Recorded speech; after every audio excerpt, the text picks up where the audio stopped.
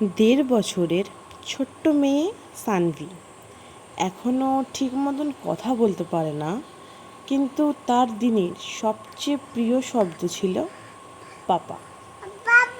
প্রতিদিন অফিস থেকে ফিরে আসলেই দরজা খুলে ঢুকতে না ঢুকতেই সানভি হামাগুড়ি দিয়ে ছুট্টে বাবাকে জড়িয়ে ধরত। সারাদিনের সব ক্লান্তি যেন মুহূর্তের মধ্যে মিলিয়ে যেত। বাবা ওকে কোলে তুলে নিত। এরকমই একদিন বাবা খুব ক্লান্ত হয়ে বসে আছে সোফায়।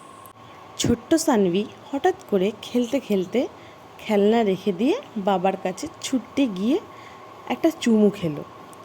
বাবা হেসে তাকে কোলে তুলে নিয়ে বলল, তুই এখনো কথাও বলতে শিখিসনি, কিন্তু তোর এই ছোট্ট ভালোবাসাই পৃথিবীর যেন সবচেয়ে বড় উপহার।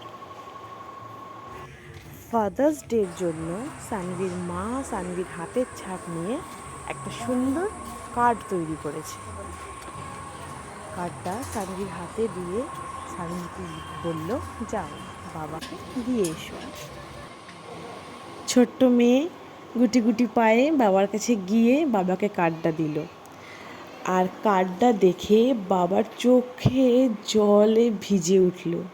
তিনি সানভিকে বুকে জড়িয়ে ধরল আর বলে উঠল, তুই আমার রাজকন্যা, তুই আমার জীবনের সবচেয়ে সুন্দর আশীর্বাদ। ঠিক এইভাবেই সব বাবার কাছেই তার মেয়েরা রাজকন্যা।